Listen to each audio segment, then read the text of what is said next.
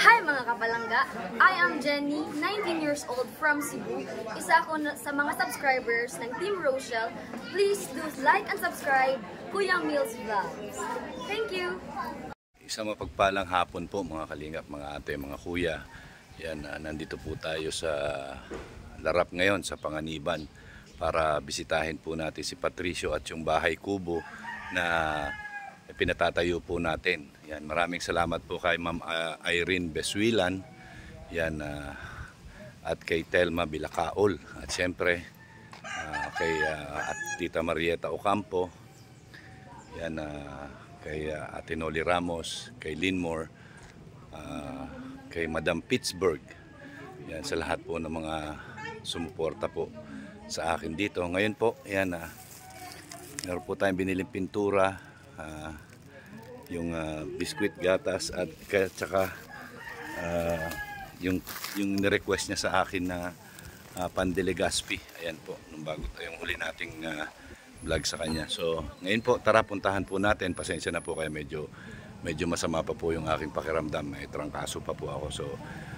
pasyalan po natin si Tatay Patricio. Mga kalingap, mga ate, mga kuya, ito na po yung dala natin. Meron tayong bit-bit na Pandilegaspi. Yan, at saka yung mga biskwit at gatas ni Patricio. Tapos meron siyang yung pintura. Ito na po, niready na natin yung pintura para dire-diretso na po yung pag makalipat na siya agad. So ngayon, pupuntahan natin si Patricio. Dadalhan natin ng Pandilegaspi. Okay, tara po. Okay mga kalingap, yan po, papunta kami ngayon doon sa lugar kung saan tinatayo yung kubo ni Patricio. So dito rin po may tinatayong bahay, oh. Yan.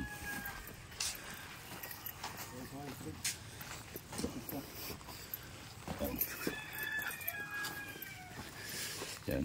Gano'n nakalaki yung natapos nyo? That's ayan na po. Ayan, kita na dito. Okay mga kalingap, ito na po yung yung kubo. Yan. Ito na po yung kubo. Yan. So dito na po titira si Patricio. Ayan. Yan na po. Medyo maayos na po ito. Kaya lang, pagkakaya umulan, hindi siya pasukin dito. Nagala po ng plastic. Okay. Yan. Ito na po. Kaya po yan may ganyan dyan. Yan. Para po pagka yung dumumi siya, dyan na po yung dyan na po babagsak na po doon sa may tubo na yun doon. Wawalisin na lang po dyan. Yan. Sana pala kininis Kaya po pala tayong mantil. Mantel? Ayun, para nun dire-diretso doon. Yan, tapos gagawa po ng butas doon. Dito. Yan. So dito banda, gagawa ng parang balon po dyan. Para dyan po bubuhos lahat yung dumi. Hindi po mababaho doon sa loob. At malapit na rin po sa sa tubig. So ayan na po, maraming salamat po sa lahat ng mga sumuporta po kay Tatay Patricio. Yan.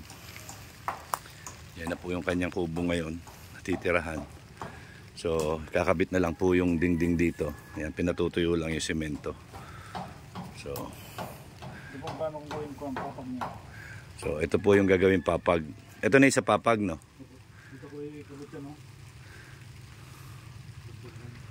Papunta ron sa may tubo. Yan, ayan na po. Yan, maraming salamat po kay Dats Kalayo, kay Dato Kalayo. Yan, maraming salamat sa iyo sa pagmamalasakit mo din kay Tatay Patricio, Dats. Okay lang po, basta makatulong sa kapwa. Oo, yan ang importante, no?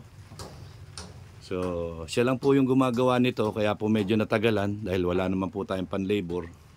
Yan, si Dats na lang po yung gumawa. Yan, yung iba nga po dito, hiningi na lang sa mga kapitbahay na gumagawa rin ng mga bahay dito. Ayan, so ito na po, magiging presko na po siya dito. At bukod pa doon, magkakaroon po siya ng kapitbahay. Yan, at malapit na rin po siya kay Dats, hindi na po malayo. Yan, so sana malagyan natin ng kuryente papunta doon. Yan. doon manggagaling yung kuryente. Papunta rito, tatawid dito. Yan. So ayan po, sa lahat po ng mga gusto pang sumuporta kay Patricio, yan,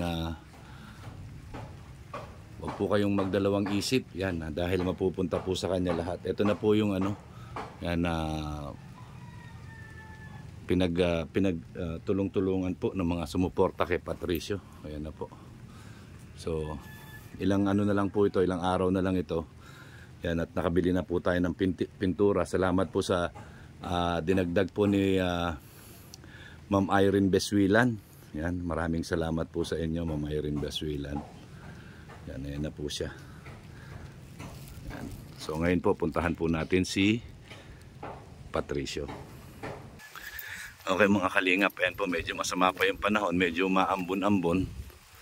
Yan, sana po huwag tayong abutan ng ulan mamayang pag-uwi. Po, makikita nyo masama po yung panahon.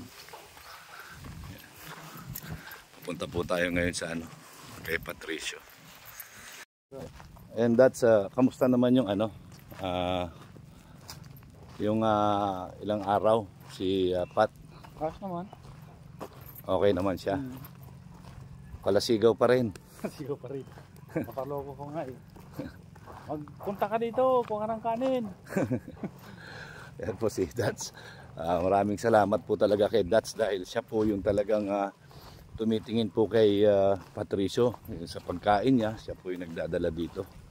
Yan, hindi po siya humihingi ng anumang kapalit basta makatulong lang sa kapwa.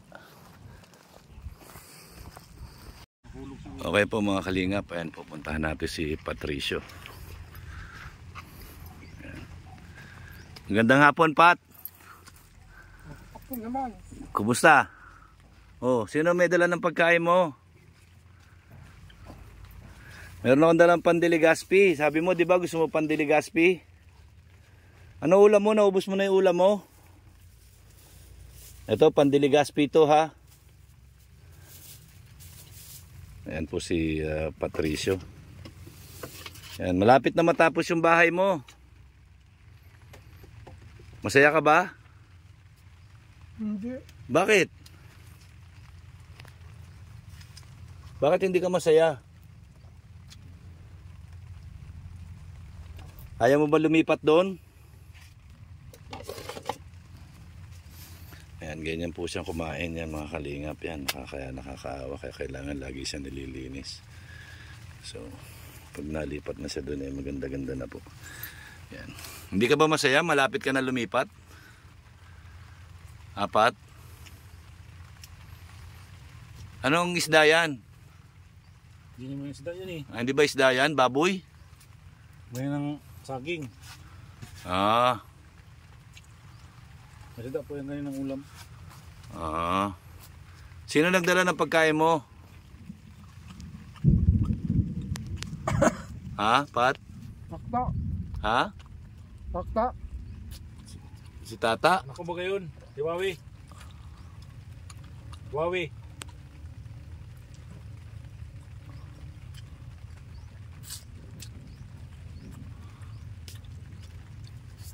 So, kamusta ka na? Aso.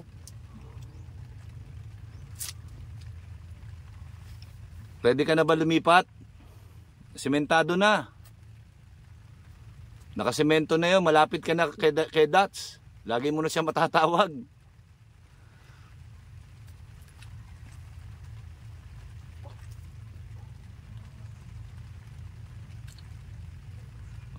Yan po ang sitwasyon ni Pat.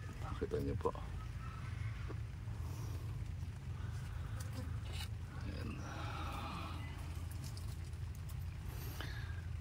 Yan, ganyan lang, kain ka lang ng kain.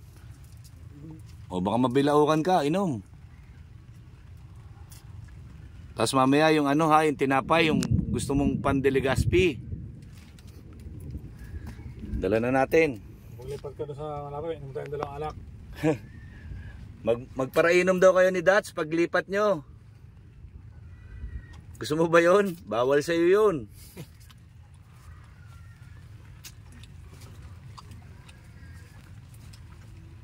Ayan, nakita niya po. Ayan, kumakain siya. Ayan, pang ilang kain niya na ito? Ilang ka na kumat? Ilang beses na kumain? 3? Ay grabe, 3. Yan, para lumakas ka. May gatas dyan. Yan, may biskwit. Yan, tawagan mo lang sa radyo si Dats, dadalang ka niya. Sigaw ay. Yan po, ganito po ang sitwasyon niya, mga kalingap. Mga ate, mga kuya, kawawa po. Kita nyo. Palayo sa kita ngayon, malamig, baka lamigin ka. Oh, malaki yun. Mas malaki dito para mas ma-presko.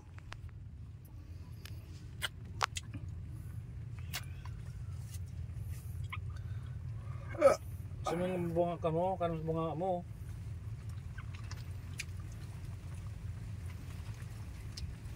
Yan po ang sitwasyon ni Tatay Patricio. Yan, nakakaawa po talaga ang kalagayan niya rito. Tulad ngayon, umuulan, nilagyan lang po ng plastic dito sa ibabaw. Ayan o, may plastic sa ibabaw. Sira-sira na po. Ayan siya. Malapit na magawa yung bahay mo. Bukas po, kung yun, yari na yun bukas. Bukas? O bukas daw, mayayari na yun, makakalipat ka na. May pintura pa. Maganda. Pwede mong papuntahin doon yung asawa mo. Saka yung anak mo. Doon ka na bibisitahin nila. Ha? Ayan, ganyan po siya pagka kumakain, hindi nyo makausap.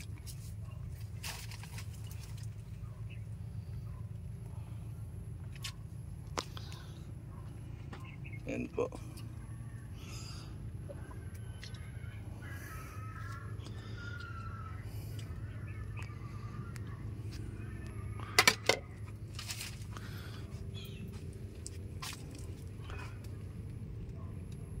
Ayan, grabe. Tapos yung higaan niya siguro, bilihan natin ng insulation foam. Tapos gawin nating unan. Bilog natin yung sobra, tapos gawin nating unan. Oo. Ayan. Yan po si Patricio.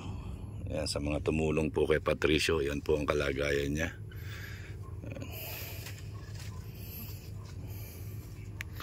Ayan, medyo mapanghi po, medyo baka umihi siya. Ayan. Umihi ka ba, Pat? Kaya pala mapanghi. Lagay ko pa rin ng kapon. Dumi na naman yata ngayon. Maligo ka ngayon, Kapat? Gusto mo maligo? Ha? Kan malamig? Gusto mo daw maligo? Maligo ka, hindi? At di ba naman amoy mo, oh? Nawiwi ka na naman siguro. No, umihi daw siya kanina. Tago kita.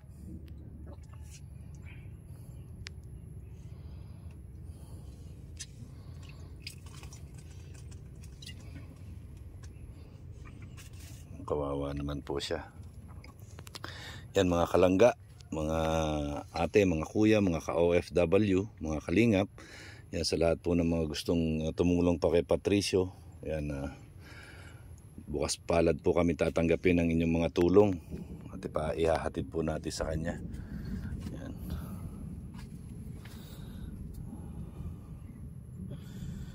Grabe po. Nakakaawa po itong kalagayan niya rito. Ayan. O paano? Alis muna kami.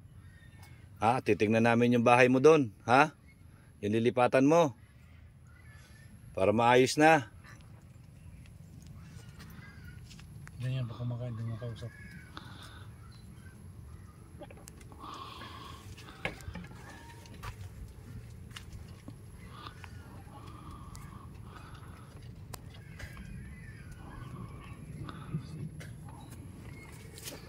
Yan. Okay ka lang, Pat?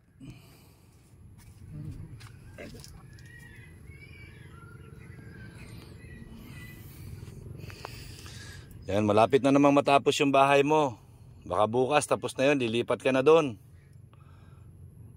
Ha? Para ginhawa ka na.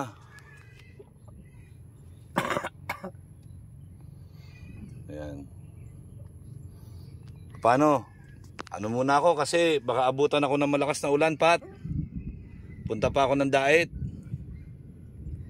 Ha, Pat? Pat? Yung ano, yung tinapay mo ito ha. Yan oh. Ha? Kainin mo mamaya ha. Huwag mo tatapon. Ha? Masarap yan. Ha? Huwag mo tatapon ha. Kaya pasantabi po doon sa ginawa ni Pat. Yan. So ayan po. So iwanan muna natin po siya dahil kumakain siya. So ayan. Talagang kumaya ngayon. Okay. Bat, alis muna kami ha. Puntahan ko yung bahay mo. Ha? Dapat maligo kung kapat ha. Huwag ka pang paligo. Ayan. So, iwanan po muna natin si Pat. Ayan po ang sitwasyon niya. Ay, grabe. Ayan. Mabaho po doon sa loob. Ayan. Mabuti na lang. Nandito po si Dats Calayo. Ayan. At ang pamilya niya po ay talagang siya yung matyaga po na naglilinis kay Pat, nagpapakain, araw-araw pinupuntahan. Ngayon pag nalipat na po siya doon sa bago niyang kubo, ay malapit na po siya kay Pat, hindi na malayo. Matawan na kami. Joke lang po. Ayan, nakita niyo po, sama po ng panahon. Ayan, masama po yung panahon. So sa lahat po ng mga tumulong po at sumuporta kay Patricio, yan, maraming salamat po sa inyo. Huwag po sana kayong magdalawang isip na tumulong. Yan, ako naman po ay handa rin magsakripisyo para maihatid ang mga tulong ninyo. At kung makakatulong din po ako sa paraan na kaya ko, ay gagawin po natin yan. So, ayan po, maraming salamat po. Ayan, shout out po. Support natin Bal Santos Matubang at Edna Vlogs Kalinga Prab. Yan, at syempre Kuya Mail. Yan, si Kuya Mail. Yan ang aking Facebook page, Kuya Mail din po. Suportahan po natin. So yun po, ito po yung update natin sa ginagawang bahay kubo ni Pat. So ayan na po, mga kalingap, mga ate, mga kuya, mga ka-OFW, mga kapalangga. Ayan na po yung kanyang bahay nalilipatan. So maraming salamat po sa inyong lahat. Ang laging sinasabi ni Kuya Mail, ang gumagawa ng mabuti sa kapwa ay pinagpapala. Mabuhay po tayong lahat hanggang gusto natin ng naaayon sa kalooban ng Panginoon. Mabuhay po tayong lahat at God bless po. I love you 3 times a day.